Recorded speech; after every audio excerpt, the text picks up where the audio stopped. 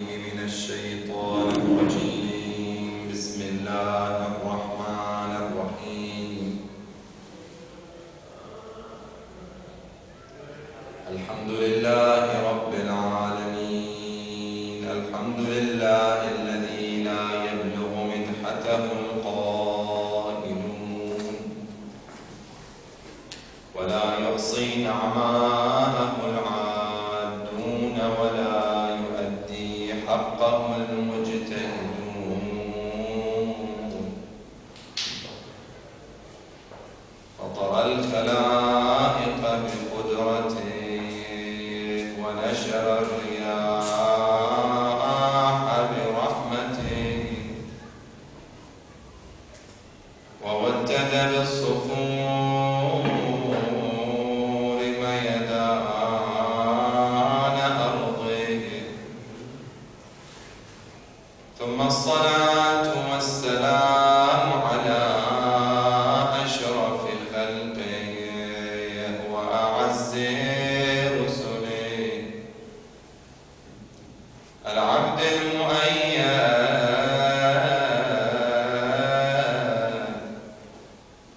والرسول المسدد والمصطفى حبيبنا وحبيب قلوب العالمين أبي القاسم محمد. اللهم صل على محمد وآل محمد. بسم الله الرحمن الرحيم. وإذا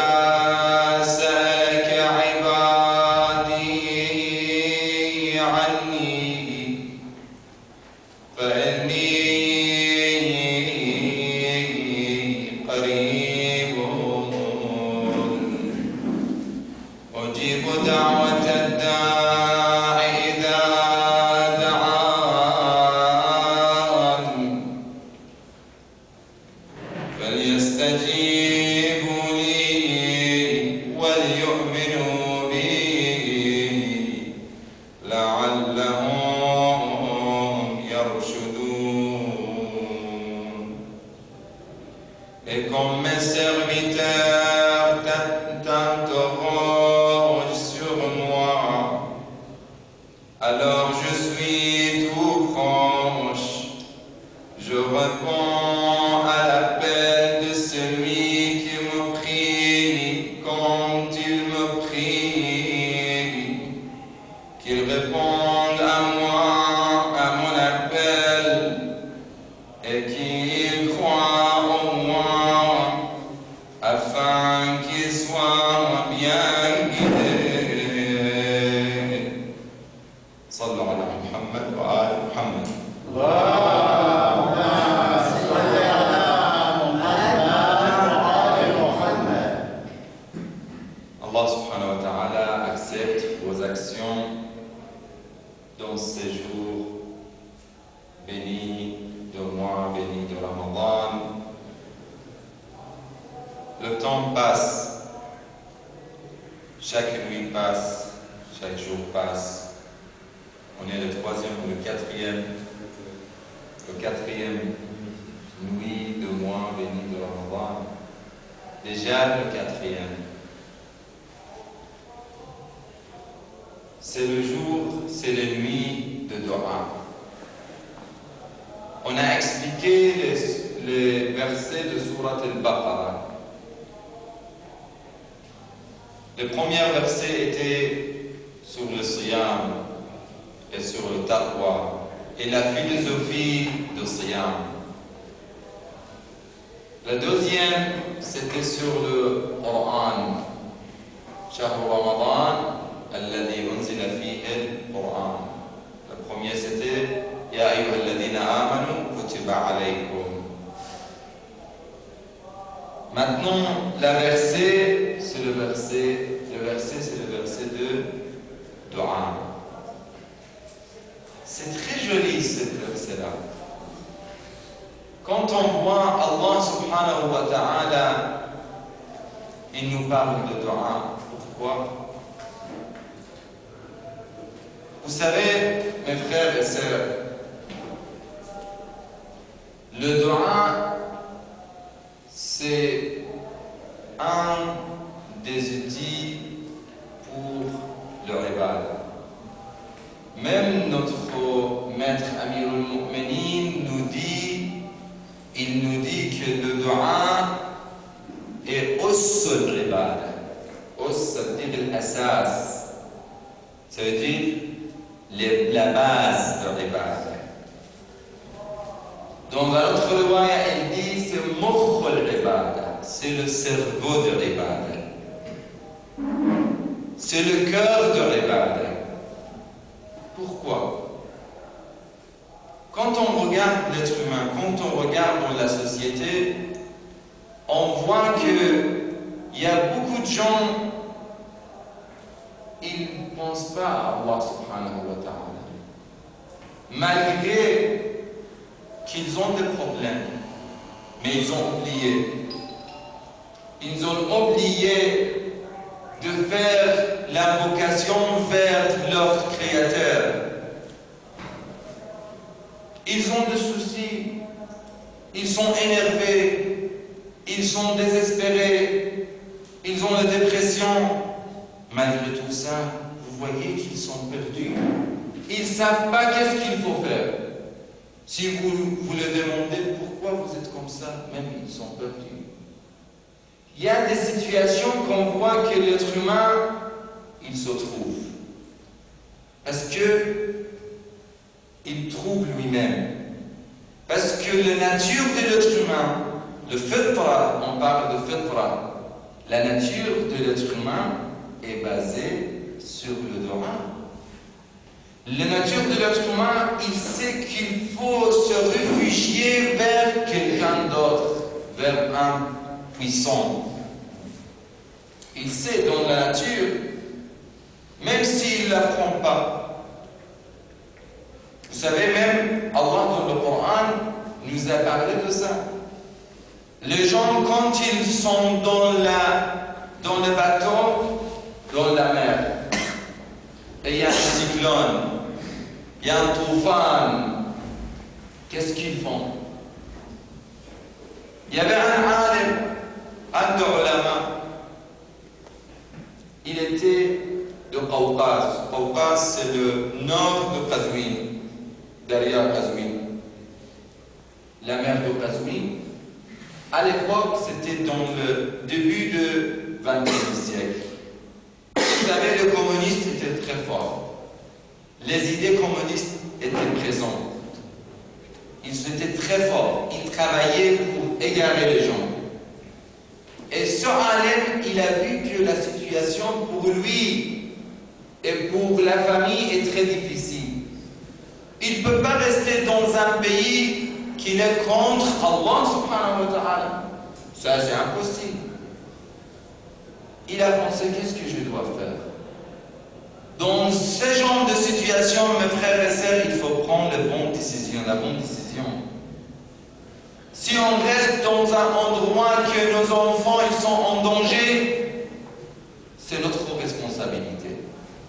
Si on est dans un endroit qu'on ne fait rien pour nos enfants et à la fin ils sont égarés, c'est notre responsabilité. On ne peut pas dire après pourquoi mon enfant il est devenu égaré. Pourquoi il est devenu comme ça? Non. Il faut toujours penser et prendre les choses en main. Il faut penser à nos enfants. Il faut penser à notre famille. Lui, il a pensé, qu'est-ce que je dois faire? Est-ce que je laisse ma maison, ma vie et ma ville? Je laisse tout, c'est pas facile. Mais à la fin, il a pris la décision de partir de Qawqaz vers le Najaf. Malgré qu'il n'est pas irakien. Il a dit, mais c'est le temps de quitter cette terre-là qui est vraiment la terre de Kofr. Et l'ambiance très difficile. Il a quitté. Il était dans le bateau. à ce moment-là, il y avait un des chefs, si on peut le dire, le chef des communistes, quelqu'un qui est un des théoriciens et un des gens qui faisait les prêches pour qui? Pas pour Allah. Pas comme les Anbiya et Awliya pour faire le da'wah vers Allah subhanahu wa ta'ala, pour inviter les gens vers le bien, mais le contraire, pour éloigner les gens d'Allah. Quel travail! Lui, il a commencé à parler avec les gens dans le bateau. Il a parlé avec un menuisier. Il a dit, qu'est-ce que vous travaillez, vous? Il a dit, mon menuiserie. Il a dit, quel bon travail, c'est très important comme travail. Bravo, Ahsant. Je ne sais pas comment vous dites. À la fin, il a commencé à parler avec l'autre personne, qu'il était boucher. Le troisième personne, il était, par exemple, constructeur. Le quatrième, chaque personne, il avait un travail, il a dit, si vous n'êtes pas là, la société, il avait un manque sans vous, parce que votre travail est important. À la fin, il est arrivé vers le cheikh. Et vous, qu'est-ce que vous travaillez? Le cheikh, il était avec un main, avec les bases, avec les vêtements. Il a dit, moi, vous voyez qu'est-ce que je travaille? Mes vêtements vous montrent qu'est-ce que je travaille. Il a dit, non, j'aimerais bien que vous me présentez votre travail. Il a dit, moi, j'invite les gens vers Allah subhanahu wa ta'ala. Il a rigolé, il a dit, est-ce que Allah existe pour que vous invitez les gens vers lui? Qu'est-ce que vous dites? Et il a commencé à rigoler. Et certains, ils ont rigolé avec lui. Ils se moquaient de ce cheikh-là. Ils étaient où? Dans le bateau. Le cheikh a dit, oh Allah, c'est pas ma religion. Ici, tu peux faire quelque chose. Tu peux montrer ta puissance. Il n'a pas terminé le Dora sans nous. Le cyclone, le toufan a commencé et les vents, ils ont commencé à frapper le bateau et tout le monde pensait que c'est fini. Le bateau, il va être coulé et tout le monde, il va être mort. Ils vont mourir. Ici, le cheikh a regardé toutes les personnes dans le bateau, ils ont commencé à dire, ils étaient de pays, c'est-à-dire endroits qui étaient musulmans. Ils ont commencé à lever les mains et dire Ya Allah, Ya Allah. Et aussi, cette personne, le chef des communistes, qui se moquait de la cheikh, de Alim, il a commencé à dire Ya Abul Fadl al-Abbas. Ils étaient dans un des chiites aussi. Le cheikh a commencé de rigoler ici. Il n'a pas peur. Lui, il a commencé à rigoler. Quand le bateau, le vent est parti, le bateau était calme, ils ont vu qu'il n'y a pas de danger, le danger est terminé. Ils sont venus vers le cheikh. Cheikh, nous, on était en danger et vous réguliez. Pourquoi vous faites ça, cheikh? Il a dit, vous, c'est normal. La nature, le fitra, dans votre fitra, dans votre nature, vous avez pensé à Allah subhanahu wa ta'ala pour lui demander l'aide. C'est normal. Mais j'ai rigolé pour cette personne-là, qu'il était contre Allah, mais il a laissé Allah, il a laissé Rasulullah, il a laissé les imams, il est venu vers Abul Fadl al-Abbas pour lui demander. C'est-à-dire, vous voyez, la croyance est arrivée jusqu'à Abul Fadl al-Abbas. Il a dit oui, Sheikhana. Oui, vous savez, nous, on fait ça pour vivre. Il y a des gens, quand ils sont dans une situation difficile, ils reviennent. C'est le fitra. Le dua, l'importance de dua, c'est pour montrer à l'être humain que nous, on est faible, on n'est rien. Le dua, le verset coranique a dit وَإِذَا سَأَلَكَ عِبَادِي عَنِّي. Regardez quelle belle phrase, quel bel verset. وَإِذَا سَأَلَكَ عِبَادِي عَنِّي فَإِنِّي قَرِيبٌ. Si mes ibad, mes serviteurs, ils vous demandent, ils t'interrogent sur moi, alors je suis tout proche. Je réponds à l'appel de celui qui me prie, de celui qui me prie quand il me prie, qu'il répond à mon appel. C'est ça le mu'min. Quand il pense à Allah subhanahu wa ta'ala, quand il voit qu'il est dans un danger, ou même dans des situations normales, le vrai mu'min, dans le mois de Ramadan, on a toujours besoin d'Allah subhanahu wa ta'ala. C'est le ibadah. Il ne faut pas penser le dua, c'est seulement dans les situations difficiles qu'il faut faire le dua. Non. Le dua, il faut faire tout le temps. On voit comment Imam Zayn al-Abidin, qu'est-ce qu'il nous apprend, Imam Zayn al-Abidin. On va lire un petit peu ensemble les versets, les phrases de l'Imam Zayn al-Abidin dans le dua Abi Hamza. L'imam alayhi salatu wa salam a dit Ilahi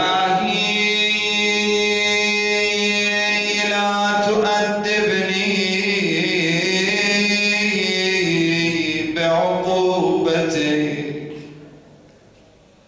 wa la tamkur bi fi hilatik.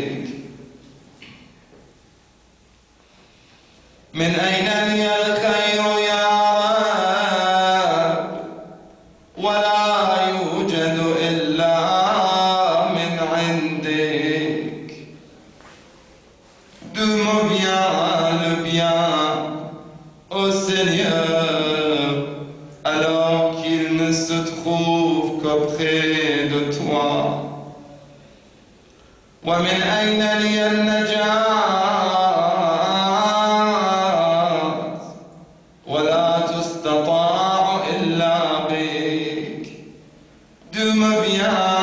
le salut, alors qu'il n'est possible que par toi, Ya Allah. للذي أحسن استغنى عن عونك ورحمتك. Personne qui fait le bien ne se dispense de ton aide, Ya Allah. وللذي أساء واجترأ عليك ولم يرضك خرج عن قدرتك. يا ربي يا ربي يا رب بك عرفتك وأنت دللتني عليك ودعوتني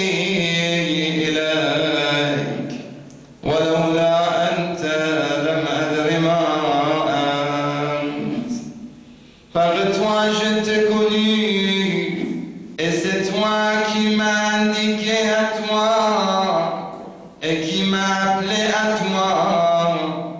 Sans toi, je n'aurais pas su qui tu es. Alhamdulillah, alladhi ad'u fayujibuni.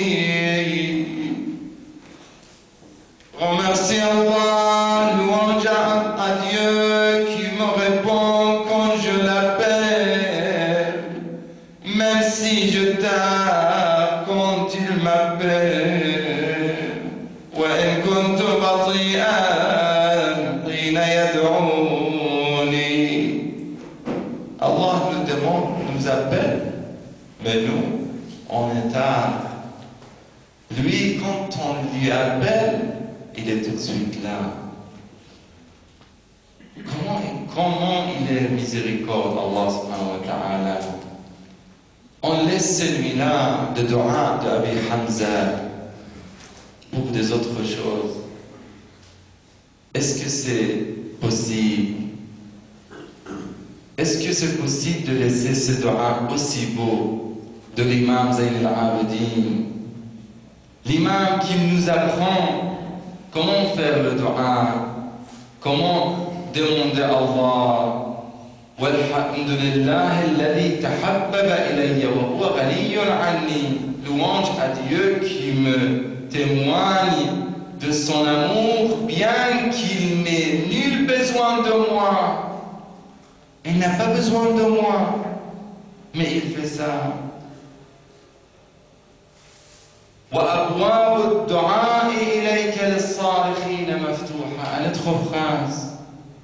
Il dit que les portes de dua pour les sa'ilin, pour les da'in, pour les implicateurs, ils sont ouverts. Les portes sont ouvertes.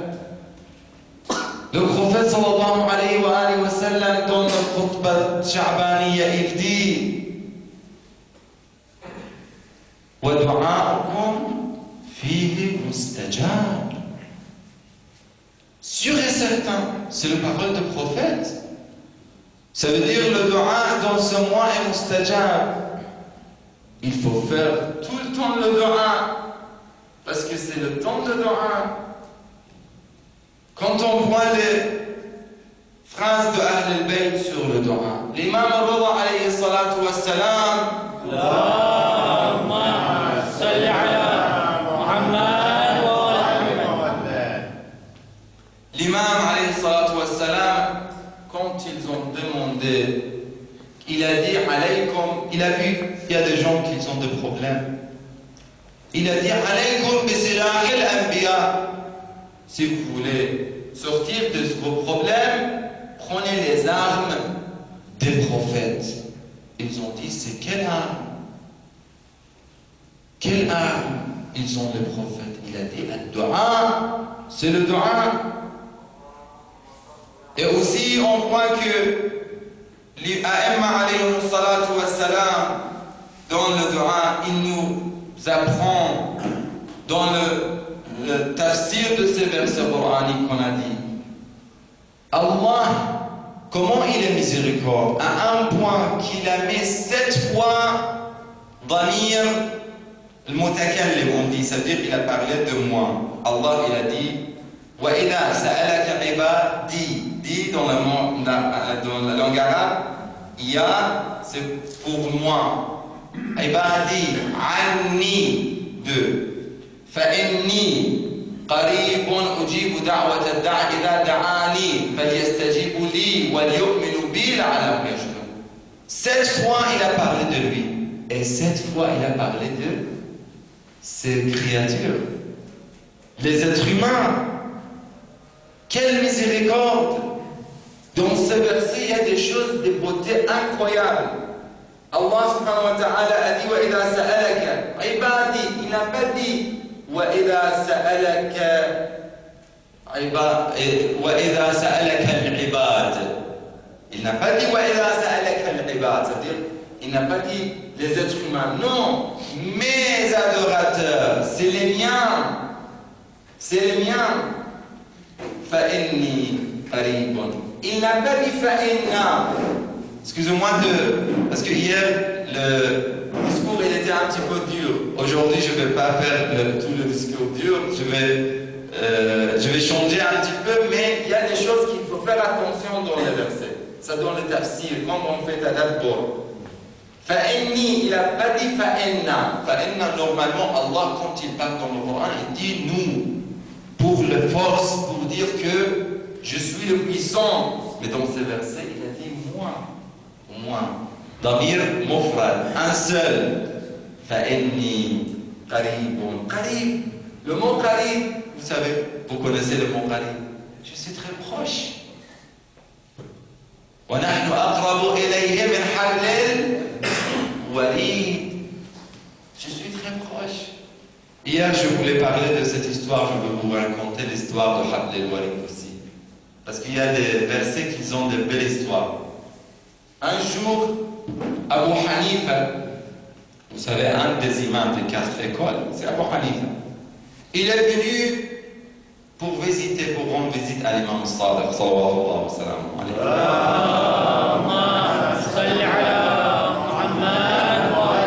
Si vous vous rappelez, le premier discours, on a parlé de plusieurs hadiths de salawat et comment faire le salawat. Et vous savez, même ça vous sert aussi, quand on fait un salawat avec une haute voix, ça sera mieux même pour se réveiller, Inch'Allah, dans ce majlis. On fait un autre salawat à la Muhammad wa ali Muhammad.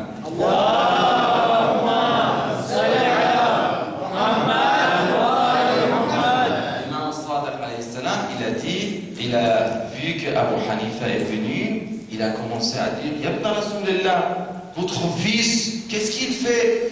Il a dit « Qu'est-ce qu'il a fait ?» Il a dit « Tout le monde passe devant lui pendant la prière et lui, il ne fait rien. » Vous voyez nos frères sunnites, quand ils font la prière, s'il y a quelqu'un qui veut dépasser, qui veut passer devant eux, qu'est-ce qu'ils font? Ils ne le permettent pas. Des fois même, ils le tapent. Moi, j'ai vu des fois des situations qu'ils tapent la personne qu'il veut partir et qu'il veut passer devant eux. N'est-ce pas? Lui, il a dit, comment il fait ça, l'imam Moussa al-Kadhim? Il a dit, demandez-lui. L'imam Moussa al-Kadhim est venu. Il était petit. Il était un garçon, jeune. Il est venu vers Abu Hanifa. Abu Hanifa a dit, Yabna Rasulullah, je vous ai vu que vous étiez en train de faire la prière, mais tout le monde passait devant vous, vous ne faisiez rien dans la mosquée. Il a dit, oui, mais qu'est-ce que je dois faire? Il a dit, mais Allah subhanahu wa ta'ala, vous êtes en train de parler avec Allah subhanahu wa ta'ala. Et ça sera, votre prière, ça sera invalide. Il a dit, vous n'avez pas lu le Coran? Il a dit si. Quel verset? Il a dit ce verset-là. وَنَحْنُ أَقْرَبُ إِلَيْهِ مِنْ حَبْلِ الْوَرِيدِ. On est plus proche de lui que, ou bien de vin de son cœur, yaourt, comment dire? Oui, ou bien ces vins-là. Il a dit que lui, il est très proche de moi. Comment une personne peut faire le hijab entre moi et Allah subhanahu wa ta'ala s'il passe devant moi? C'est impossible. Lui, il a dit oui, il a accepté. Quelqu'un qui est avec Allah subhanahu wa ta'ala, Allah est proche. Dans ces nuits surtout, dans le sahar du mois de Ramadan. On peut un petit peu, si on ne peut pas faire tout le dua de Sahar, je sais ce n'est pas possible pour beaucoup de gens. Au moins, on peut couper. On peut faire des parties pour dua Abi Hamza, pour dua al-Sahar. Chaque jour et chaque nuit, on lit une partie. Ça, c'est très important, mes frères et mes sœurs. Il ne faut pas que le mois de Ramadan passe et nous, on n'a pas lu plusieurs fois cette dua aussi importante et aussi cette réserve que vous connaissez la valeur de cette réserve-là. On voit que dans le commentaire de ces versets coraniques, on voit Allah insiste sur la question de dua. Pourquoi le dua? Qu'est-ce qu'il nous donne aussi comme... Est-ce qu'il est bénéfique pour nous? Est-ce qu'on peut profiter de dua? Bien sûr. On a plusieurs choses importantes dans le dua. La première chose, que le dua, dans la société, quand on est dans la société, on ne va pas avoir l'orgueil. On ne va pas avoir l'autorial.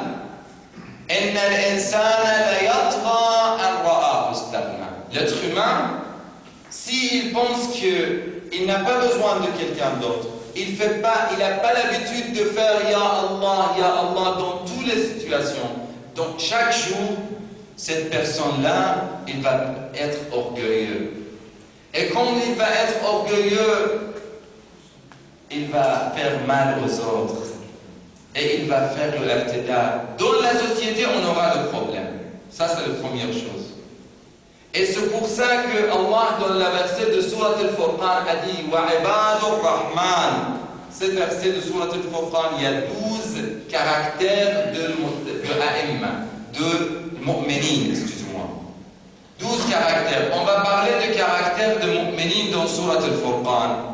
وعباد الرحمن الذين يمشون على الأرض هونا وإذا خاطبهم الجاهلون قالوا سلاما والذين يبيتون لربهم سجدا وقياما jusque il a dit والذين يقولون ربنا هب لنا من أزواجنا وذرياتنا قرة أعين واجعلنا للمتقين إماما. On va discuter un petit peu, on va commenter un petit peu ces versets-là, mais pas ce soir. Ce soir, on va prendre la première partie. La première partie, wa ibadur Rahman. Ici, Allah, dans Surat al-Baqarah, a dit wa idha sa'alaka ibadi anni. Ibadi. Bon, quel caractère ils ont, ibadur Rahman, pour que le dua soit mustajab? Si on demande comment notre dua, déjà, pourquoi on fait le dua et comment notre dua peut être mustajab. Les deux. On dit wa ibadur Rahman, le caractère de ibadi qu'ils font le dua et Allah exauce leur dua, c'est quoi? C'est ici dans Surat al-Furqan. Al-Qur'an yufassiru ba'dahu ba'da. Wa ibadur Rahman alladhina yamshuna 'ala al-ardi hawna. Les ibad d'Allah subhanahu wa ta'ala, quand ils marchent doucement. Ils sont humbles, ils ne sont pas orgueilleux. Hier, on a parlé et avant-hier dans le Majlis en bas, si vous vous rappelez, on a parlé de Bédouin, l'Arabi, qui est venu vers l'imam Hussein, sallallahu wa sallam alayhi.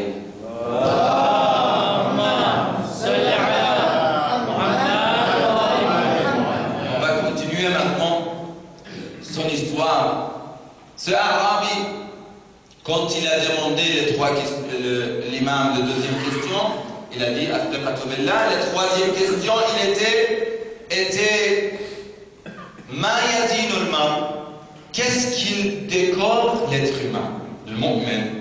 Qu'est-ce qu'il décore l'être humain? La réponse était, l'Arabi, il a dit ilmun ma'ahu hil. La science, le savoir, mais avec quoi? Avec hil. Le hil, c'est-à-dire quelqu'un qui est humble, qui n'est pas nerveux, énervé, qui ne s'énerve pas, il est très calme. C'est comme le verset qu'on vient de dire. Ibadur Rahman. Le caractère de Ibadur Rahman, c'est ça. Ils ne s'énervent pas, ils n'ont pas l'orgueil, ils ne sont pas orgueilleux. Si quelqu'un leur parle, il leur insulte, il leur dit quelque chose, eux, ils sont très calmes. Parce qu'ils sont avec Allah. S'ils sont énervés, s'ils sont mécontents, pas pour eux. Des fois pour Allah, s'il y a quelque chose qu'il leur fait énerver, c'est pour Allah subhanahu wa ta'ala. C'est pas pour eux-mêmes. C'est comme, je vous raconte l'histoire d'un grand alim. Peut-être que vous avez visité le tombeau de ce alim. Dans le cimetière de Shaykhan, à Qom, à côté de Sayyid al-Ma'souma, il y a un cimetière qui s'appelle Shaykhan. Dans le cimetière, il y a un grand alim qui s'appelle Mirza al-Qommi. Lui, il est très très connu. Et les gens partent là-bas pour demander, ils font le nadr même pour cette personne-là. Peut-être des fois, il y a des gens qui disent, comment on fait le nadr pour les imams? C'est pas seulement les imams, les savants, les vrais savants, les pieux, si on leur demande, des fois, ils nous donnent nos besoins par le vœu d'Allah subhanahu wa ta'ala. Ayatollah al-Bujirdi, un des grands savants, grand alim, lui, une fois, il a dit à quelqu'un, il a dit, si vous voulez demander des petites choses, vous pouvez aller vers Mirza al-Qommi. Ce n'est pas la peine de demander à Sayyid al-Ma'souma. Sayyid al-Ma'souma, c'est pour les grandes choses. Il faut demander les petites choses de ce genre de ulama. Ce Mirza al-Qommi, comment il est devenu Mirza al-Qommi? Il est connu par la patience.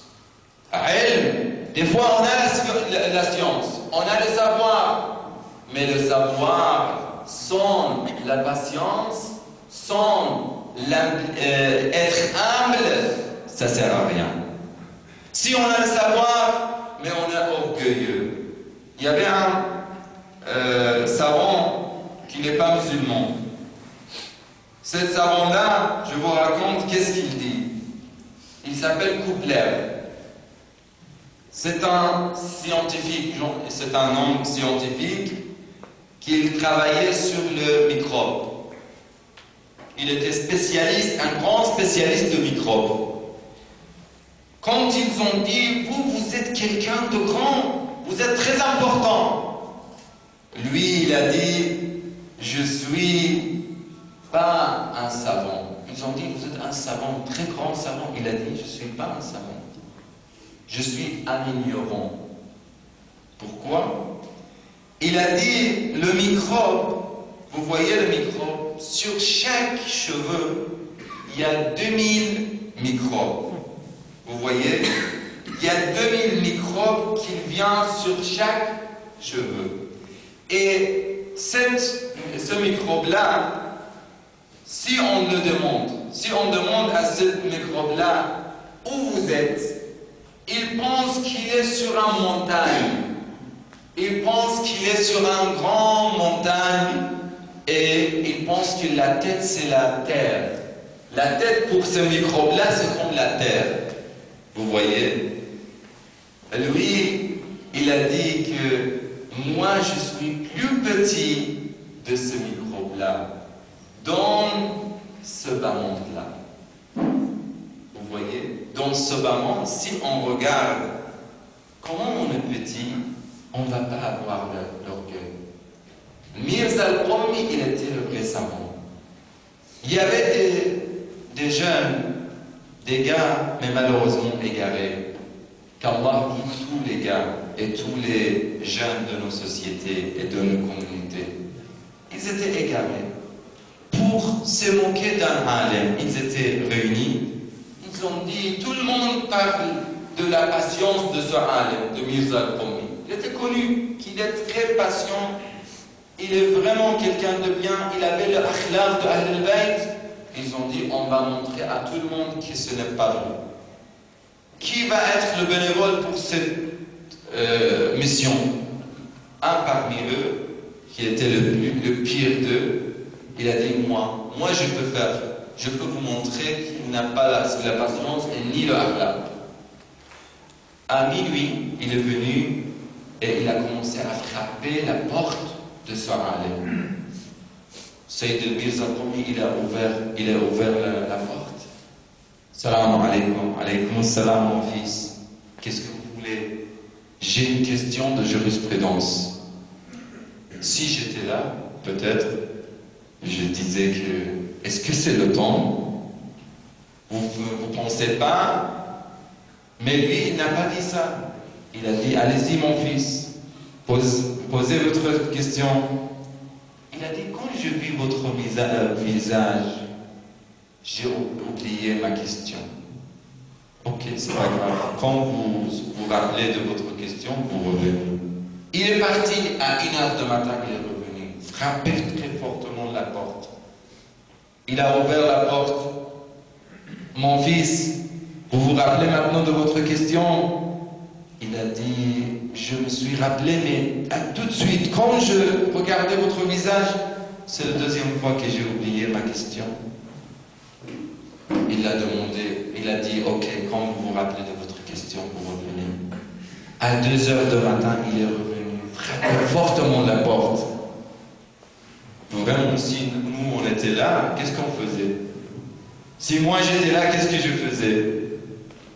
Mais lui, il a dit, mon fils, vous vous rappelez maintenant? vous vous souvenez de votre question? Il a dit oui. Et il a posé une question très très mauvaise. Je n'ose même pas le dire ici. Très mauvais. Mais Salim, il a répondu très calmement, sans être énervé. C'est pour ça ce jeune-là, il est tombé sur les pieds de Salim. Il a embrassé Salim. Il a demandé le pardon et l'excuse. Et il était changé. Et pas seulement lui, tout le groupe de ces jeunes, ils étaient devenus des mu'mins grâce à ce akhlaq. Ilmun ma'ahu hilm. La troisième question, c'était ilmun ma'ahu hilm. Il ne faut pas avoir l'orgueil. Après, l'imam alayhi salam, l'imam al-Hussein alayhi salam, il a demandé à cette personne-là, sallu ala Muhammad wa ala Muhammad. Allahumma salli ala Muhammad wa ala Muhammad. Il a demandé si, wa in akhta'ahu dhalik, si il n'a pas réussi d'avoir ilmun ma'ahu hilm, ça veut dire la science avec la patience, avec le hilm, avec l'implicité. Si il n'a pas ça, c'était trois questions, mais l'imam, il voulait plaisanter avec lui. Il a dit s'il n'a pas ça, il a dit malun ma'ahu karam, de l'argent, mais avec la générosité. La personne qui n'a pas elle, la science, avec d'être humble et patient, au moins s'il a de l'argent, il donne de l'argent, il est généreux. Et vous voyez aussi, nous on est dans les nuits de mois de Ramadan, il faut savoir l'importance de donation, l'importance de diyafa, de faire inviter les gens. Walaou, le prophète a dit walaou bi shiqqi tamra, même si c'est une partie de date. Il faut faire iftar, il faut donner aux gens. Vous savez, chaque invité qui vient chez vous, dans le riwaya, on lit dans le riwaya عن أمير المؤمنين ما من مؤمن يحب الضيف إلا ويقوم من قبره ووجهه كالقمر ليلة البدر. Chaque personne qui aime les invités et qui invite les gens quand il meurt, il sort de ça, quand il meurt, il sort de son tombeau, il va sortir et son visage est comme la lune, aussi lumineux. فينادي ملك هذا مؤمن يحب الضيف. Et aussi un autre hadith de Ahl al-Bayt salawatullah wa salamuhu alayhim, il dit que quelqu'un qui aime les invités, cette personne-là, Allah subhanahu wa ta'ala, il va ramener avec l'invité Alf baraka, 1000 baraka. Chaque invité qui vient vers vous, il ramène avec lui 1000 baraka. Wa alf rahma, et 1000 miséricordes. Wa yaktubu Allah li sahib al-manzil bi kulli luqmatin hajjan wa umra. Et pour les personnes qui donnent l'invitation, qu'ils donnent le repas, pour chaque luqma et pour chaque pour chaque luqma, c'est comme un hajj et un umra. C'est le jour de Karam. Vous voyez, Hatam al-Ta'i, vous connaissez l'histoire de Hatam al-Ta'i. Hatam al-Ta'i est connu comme une grande personnalité chez l'arabe. Il est connu par la générosité. Et Allah, grâce à sa générosité, il lui a donné le meilleur descendant. Vous voyez, le fils de Hatam al-Ta'i, c'est qui? Uday ibn Hatam, le vrai compagnon du prophète. Lui, il était l'ennemi du prophète. Mais parce que son père, il était généreux, et il est connu par des histoires très intéressantes de générosité. Même une fois, il disait qu'il y a une personne, il a envoyé un ami pour acheter un cheval de Hatam al-Ta'i. Et il lui a dit, vous payez n'importe quelle somme pour ce cheval-là, parce que ce cheval est très très important et très valeureux. Il est arrivé, cette personne, chez Hatam al-Ta'i. Hatam, il a dit, avant de parler, nous on a une habitude. Avant que vous demandez votre vœu, votre besoin, il faut que vous restez 3 jours comme invité. Il a dit ok. Hatam est parti, il est revenu, il a mangé 3 jours. Après il a dit, je voulais acheter votre cheval avec tel nom. C'était connu avec un nom. Il a dit, mais malheureusement, je suis très désolé. Quand vous êtes arrivé le premier jour, j'avais rien à vous proposer. Et pour égorger, j'avais pas de chameau, j'avais pas des moutons, j'avais rien. J'ai égorgé ce cheval-là. Vous voyez à quel point il était généreux. Lui, son fils est Uday. Il a fui jusque Cham. Mais Sénane, sa fille, la fille de Hatam, était emprisonnée par les musulmans. Le prophète, quand il a vu le Sénane, il a dit, votre père était quelqu'un de généreux. Et grâce à ça, vous êtes libre. Allez-y, partez. Elle est partie vers Uday, à Cham. Elle a dit, c'était le caractère de prophète. Il a dit, c'est le vrai prophète. C'est un vrai prophète. Il est revenu vers le prophète, il est devenu musulman. Et après, vous connaissez l'histoire de Hajr ibn Uday, qui est à Syrie, en Syrie. Hajr ibn Uday, c'est le fils de Uday. Ils ont donné toute la famille, ils étaient vrais amoureux de Ahl-Bayt. Grâce à quoi? Grâce à la générosité. Vous voyez l'importance de ça. L'imam, alayhi salatu wassalam, il lui a demandé à Arabi, mais s'il n'a même pas ça, ça veut dire ni savoir avec passion, et ni, comment vous m'aidez?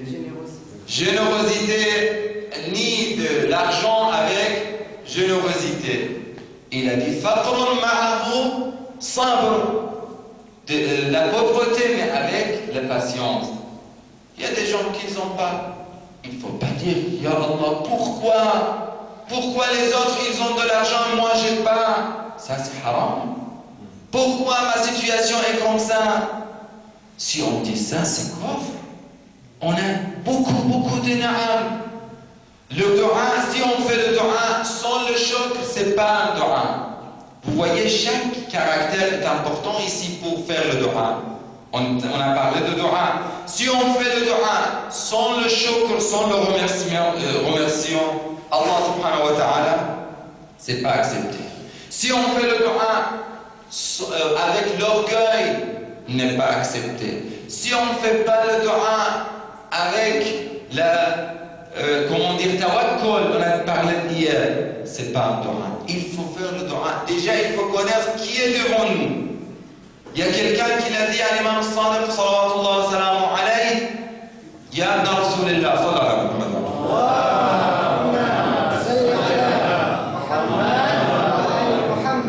Ya ibn Rasulillah, on demande à Allah, mais Allah ne donne pas nos vœux. Il a dit, oui, est-ce que vous ne le connaissez pas?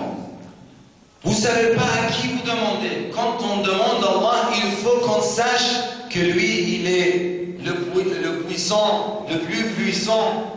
Lui, il peut nous donner, on est devant lui, quand on parle, il faut frapper. L'imam a dit, il faut frapper et frapper jusqu'à comprendre notre besoin. Il ne faut pas dire, on essaye. Si on essaye, ça ne marche pas. Ça, c'est la première chose. Deuxième chose, il faut faire la confiance. Il faut faire le tawakkul. La troisième chose, il faut faire l'istighfar. Parce que si on fait le haram, les péchés, notre dua ne va pas monter. Il faut que l'argent et notre repas soient halal. Le stomac, il est plein de haram, ne peut pas avoir. Ça veut dire, on ne peut pas faire le dua avec le stomac plein de haram. Tout ça, ce sont des conditions pour le dua. Et aussi, il faut remercier Allah. Vous voyez, dans le dua Abi Hamza, on commence chaque fois de dire Alhamdulillah alladhi. Alhamdulillah alladhi. Il faut remercier. Si on est pauvre, on n'est pas satisfait, on ne remercie pas Allah subhanahu wa ta'ala. On a le ni'am, on a la santé, on a tout. Et on ne remercie pas, ça ne sert à rien. Faqrun ma'ahu, il a dit Faqrun ma'ahu sabr. C'était trois choses qui décorent le mu'min. Ilmun ma'ahu hil, malun ma'ahu karam, faqrun ma'ahu sabr. Il a dit, s'il n'a pas ça, l'Arabi il a dit, des éclairs qui viennent du ciel, de ciel, et il le brûle. Parce que les personnes qui n'a même pas mal ma'a karam, faqr ma'a sabr, et il n'a pas ce genre de décoration, il mérite que des éclairs viennent du ciel et il le brûle. L'imam alayhi salatu wa salam a rigolé et il lui a donné le sac de l'argent et aussi il lui a donné son bague et il a dit l'argent c'est pour votre dette et le bague pour que vous vivez avec. Vous voyez, c'était la générosité de notre imam, sallallahu wa sallam alayhi. On demande à Allah subhanahu wa ta'ala, dans ce soir béni, qu'il nous donne l'occasion de faire le dua et de comprendre le dua.